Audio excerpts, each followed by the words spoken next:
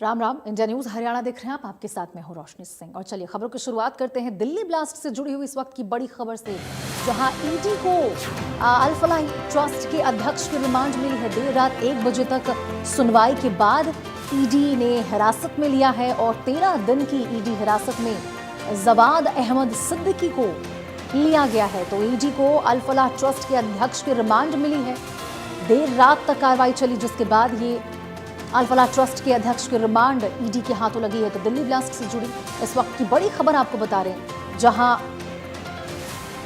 अल फलाह trust के अध्यक्ष की रिमांड ईडी को मिली है। तो ईडी को अल फलाह ट्रस्ट के अध्यक्ष की रिमांड मिली है। देर रात 1 बजे तक सुनवाई चली, जिसके बाद अल फलाह ट्रस्ट के अध्यक्ष पर सिकंजा ईडी का कसा गया।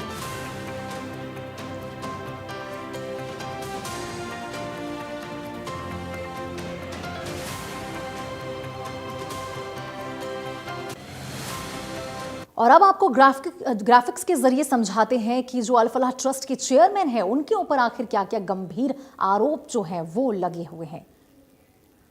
तो ग्राफिक्स के जरिए हम आपको समझाने की कोशिश करेंगे कि अल फलाह के चेयरमैन जावेद पर क्या आरोप है। छात्रों को फर्जी मान्यता दिखाकर ठगने का आरोप लगा है।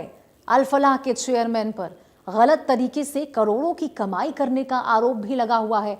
तो ये हम आपको बता रहे हैं अल फलाह के चेयरमैन जावेद के बारे में, जिस पर गंभीर आरोप है कि गिरफ्तारी वजह से सभी दस्तावेज वकील और पत्नी को दे दिए ताकि गिरफ्तारी से वो बच सके।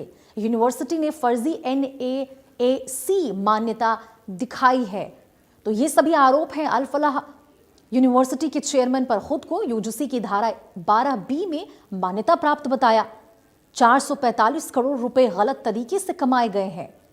ये सारे आरोप हम बता रहे हैं आपको उस यूनिवर्सिटी से जिसके तार लगातार दिल्ली ब्लास्ट से जुड़े हुए मिलते नजर आ रहे। 2014, 15, 25 बता दें, ट्रस्ट के पैसों को परिवार की कंपनियों में डाइवर्ट किया।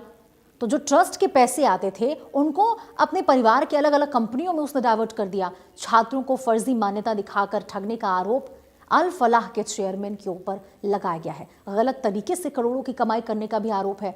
तो देखिए, हम आपको उस अल फलाह यूनिवर्सिटी के बारे में बता रहे हैं, उनके चेयरमैन के बारे में बता रहे हैं, जो आतंक का गढ़ बना हुआ था। डॉक्टर उमर, डॉक्टर मुजम्मिल, ये सभी आतंकी इसी यूनिवर्सिटी में पढ़ाया करते थे, जो दिल्ली ब्लास्ट में शामिल थे। तो जवाद ने खुद को UGC की धारा 12B में मान्यता प्राप्त बताया अल फलाह के चेयरमैन ने, और 415 करोड़ रुपए गलत तरीके से कमाए गए उनकी ओर से। तो 2014-25 के बीच 415 करोड़ की भारी आमदनी दिखाई। अल फलाह के चेयरमैन जवाद पर जो आरोप लगे हैं उसके बारे में हम आपको बता रहे हैं कि ट्रस्ट के पैसों को परिवार की कंपनियों में डाइवर्ट कर दिया ताकि उसके ऊपर किसी भी प्रकार का कोई शक ना जाए। छात्रों को वो फर्जी मान्यता दिखाकर ठगा करता था। ऐसे भी आरोप अल फलाह के चेयरमैन के ऊपर लगे हैं। गलत तरीके से करोड़ों की कमाई करने का आरोप इसके ऊपर है। तो अल फलाह जो लगातार दिल्ली ब्लास्ट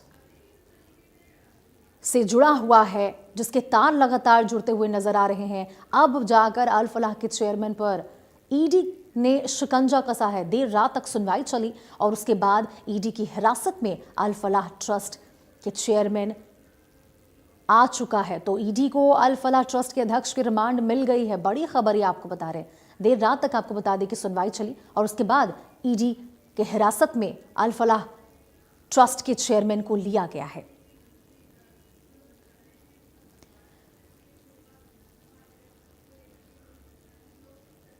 और इनपुट हेड दीपक शर्मा हमारे साथ इस खबर पर ज्यादा जानकारी के साथ जुड़ गए हैं। दीपक, बहुत बड़ी सफलता मिली है एक तरह से ईडी को, क्योंकि देर रात तक सुनवाई चली, उसके बाद जाकर अब इस अल फलाह ट्रस्ट के चेयरमैन पर शिकंजा कस पाई है ईडी। जी बिल्कुल, अल फलाह यूनिवर्सिटी जिसमें एक अगर बात करें तो अस्पताल भी चलता है, स्कूल भी है, 3 अलग अलग मान्यता है। लेकिन ये तमाम मामला जब अगर बात करें यहाँ से जिस तरीके से बड़ी मात्रा में अमोनियम नाइट्रेट पकड़ा जाता है, शुरुआत में यहाँ पर मोहम्मद की गिरफ्तारी होती है, उसके बाद दिल्ली का ब्लास्ट हुआ, ये तमाम बातें आई तो कहीं ना कहीं एक एक परत खुलते गए और ये विवादों में यूनिवर्सिटी जब इसका रिकॉर्ड खंगाला गया तो देखा गया कि कई तरीके से फर्जीवाड़े से ये यूनिवर्सिटी चल रही है।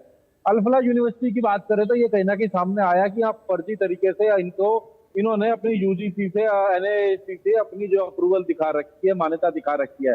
और ऐसी ही तमाम चीजों को देखते हुए जब इसका रिकॉर्ड खंगाला गया तो ये भी देखा गया कि भारी पैसों का भी गमन है। यही कारण है ईडी यानी इन्फोर्समेंट डायरेक्टरेट जो है परिवर्तन निदेशालय, उसको इस मामले की जांच की जिम्मेदारी दी गई। प्रवर्तन निदेशालय ने जब इस मामले की जांच करी तो बाकायदा पाया कि इसमें बिना मान्यता के ही 2014 से 2025 तक एनएसी का नाम लेकर के, यूजीसी का नाम लेकर के बच्चों को और जो है मान्यता दिखा करके उनसे भारी पैसा वसूला गया। इस मामले को लेकर के अब आखिरकार ईडी यानी प्रवर्तन निदेशालय ने, इन्फोर्समेंट डायरेक्टरेट ने जो इसकी यूनिवर्सिटी के जो चेयरमैन है, अगर बात की जाए जवाद अहमद सिद्दीकी, उनको अपनी हिरासत में लिया, गिरफ्तारी डाली और उनको कोर्ट में पेश कराया, जहां से 13 दिन की कस्टडी मिली है, ईडी की कस्टडी मिली है। और जहां तक ईडी के पास जो दस्तावेज सामने आया है, तकरीबन इन 10 सालों में 2014 से 25 तक तकरीबन 11 इन सालों में 415 करोड़ रुपए जो है वो यहाँ पर ट्रस्ट के नाम पर तमाम स्टूडेंट से लिए गए। और उन 415 करोड़ रुपए की बात की जाए तो उन 415 करोड़ रुपए को ट्रस्ट के नाम लेकर के अपने परिवार के अलग अलग खातों में डाइवर्ट किया गया है। तो यहाँ पर करीबन 415 करोड़ का गबन की बात भी सामने आई है। ऐसे ही तमाम तथ्यों को जानने के लिए ईडी ने जो इन्फोर्समेंट डायरेक्टरेट की टीम है लगातार अब पूछताछ कर रही है, क्योंकि 13 दिन की कस्टडी ईडी को मिली है। और ऐसे में अब उस कस्टडी के बाद अगर बात की जाए तो जवाद अहमद सिद्दीकी जो है, इनसे इस पूरे मामले को लेकर के पूछताछ की जाएगी, लगातार पूछताछ की जा रही है। और परिवार के लोगों से, यहाँ के जो सीएफओ हैं, जो तमाम फाइनेंशियल ऑफिसर हैं, अकाउंट्स के जो लोग हैं, उनको भी कस्टडी में लिया जा सकता है, उनसे भी पूछताछ की जा सकती है इस पूरे मामले को लेकर के। अब ईडी जो है शिकंजा कसेगी, क्योंकि जो बताया जा रहा है कि ये यूनिवर्सिटी में कई ऐसी परमिशन थी जो उनके मान्यताएं थी ही नहीं, उसके बावजूद फर्जी मान्यताएं दिखाई गई, एडमिशन लिए गए। और सबसे बड़ी बात, हालांकि अधिकतर एडमिशन भी वो JNK के थे और ये ट्रस्ट से पैसा ट्रस्ट के नाम आया करता था अलग कंपनियों के। तकरीबन 415 करोड़ रुपए तो एडमिशन के नाम पर लिए गए हैं इन 11 सालों में। तो ऐसे में इन तमाम चीजों की जांच की जाएगी ईडी के द्वारा। यानी कि एक तरफ तो आतंक की यूनिवर्सिटी तो ये धीरे धीरे बनती ही जा रही थी, जहां ऐसे ऐसे टेररिस्ट जैसे जो लोग थे, जो खासकर आतंकवाद से जुड़े थे, ऐसे लोग वहां पर नौकरी करते थे, शिक्षक थे वहां पर, जो है डॉक्टर थे, ये तमाम चीजें सामने आई। कई ऐसे कंप्यूटर ऑपरेटर थे। लेकिन जब इसकी और परतें खंगाली गई तो ये भी सामने आया कि यहाँ पर करोड़ों रुपए का गबन भी होता है। तकरीबन 415 करोड़ से ज्यादा का ये गबन अभी तक सामने आया है। और ईडी के जहां तक सोर्स कह रहे हैं कि इससे ज्यादा और अभी तथ्य सामने आ सकते हैं, क्योंकि कहा यह जा रहा है कि अलग अलग गल्फ कंट्री से पैसा आता था, वो आवश्यकता उसकी क्या है, आता था या नहीं, या आता था तो वो पैसा कहाँ जाता था, ऐसी बहुत सारी जांच की अभी जरूरत है। यही कारण है कि ईडी ने 13 दिन की कस्टडी ली। और इस 13 दिन के दौरान और इस बीच बात यह भी है कि छात्रों को भी तो गुमराह करने की कोशिश की गई, क्योंकि कई छात्र जब किसी यूनिवर्सिटी में एडमिशन लेते हैं तो वो नाक ग्रेड देखते हैं ताकि वो यूनिवर्सिटी बेहतर है या नहीं। लेकिन जिस प्रकार से ये फर्जी दस्तावेज देकर फर्जी मान्यता नाक की दी गई है, तो इस प्रकार से छात्र छात्राओं के साथ भी तो छल किया गया। देखिए, छात्र छात्राओं के साथ भी छल किया गया है, क्योंकि वहां पर फर्जी मान्यता दिखाई गई है। फर्जी मान्यता दिखा करके उनको बाकायदा यहाँ पर उनको यहाँ पर पढ़ाई कराई जाती थी, डॉक्टर की पढ़ाई कराई जा रही थी, MBBS जैसी, और आखिरकार उनको सर्टिफिकेट भी दिए जा रहे थे। ये बहुत, और सबसे बड़ी बात यही है कि आखिरकार इस यूनिवर्सिटी में जो डॉक्टर थे जो बन करके गए हैं, हालांकि उनको लेकर के क्या कुछ रहा यहाँ पर, किस तरीके से अभी तमाम प्रक्रिया, इसकी भी जांच होगी। लेकिन फिलहाल जो ईडी ने कार्रवाई करी है वो इस कारण करी है कि फर्जी दस्तावेज होने के बावजूद पैसा आया, कई पैसा इन्होंने अपने खातों में लिया, एडमिशन के नाम पे स्टूडेंट से भी फ्रॉड किया गया, इसमें कोई दो राय नहीं है। उनके भविष्य के से भी खिलवाड़ किया, उनके साथ एक 420 भी उनके साथ में हुई। और तकरीबन 415 करोड़ के आसपास का ये अनुमान है जो 11 सालों में लिया गया एडमिशन के नाम पर। इसके अलावा अलग अलग जो जगहों से इस ट्रस्ट में भी पैसा आया, और ये सारा पैसा इनके परिवार और परिवार से जुड़े या फिर कुछ अन्य खाते भी हैं जो अलग खाते हैं, उनकी तमाम चीजों की भी जांच की जाएगी कि ये पैसा उन निजी खातों में क्यों गया, उस पैसे का इस्तेमाल कहाँ हुआ, ये तमाम चीजों की भी जांच की जाएगी। और अगर जहां तक हम जवाद अहमद सिद्दीकी की बात करें तो ये पहली बार नहीं है जब वो विवादों में हो। इससे पहले भी उनके ऊपर जो है एक बैंक बनाया गया था उन्होंने, क्योंकि अगर बात करें तो इस तरह का मामला भी सामने आया था, वैसे भी मामलों की जांच पहले चल रही है। ठीक है, बहुत बहुत शुक्रिया दीपक आपका इस तमाम जानकारी के लिए। तो आखिरकार ईडी ने शिकंजा कस लिया है शिकंजा कस दिया गया ईडी की तरफ से। देर रात बड़ी कार्रवाई हुई जिसके बाद अब अल फलाह यूनिवर्सिटी के जो चेयरमैन है उनको अब कब्जे में लेकर पूछताछ लगातार ईडी की टीम के द्वारा की जा रही है। चलिए बढ़ते अगली खबर की ओर। दिल्ली ब्लास्ट से जुड़ी एक और बड़ी खबर आपको बताते हैं। सूत्रों के हवाले से बड़ी जानकारी मिली है, जहां ब्लास्ट से ठीक पहले अपने घर पुलवामा गया था उमर। डॉक्टर उमर के पास 2 फोन थे। सूत्रों के हवाले से यह खबर आई है, एक फोन उसने अपने भाई को दिया था, भाई को फोन फेंकने के लिए कहा था उमर ने।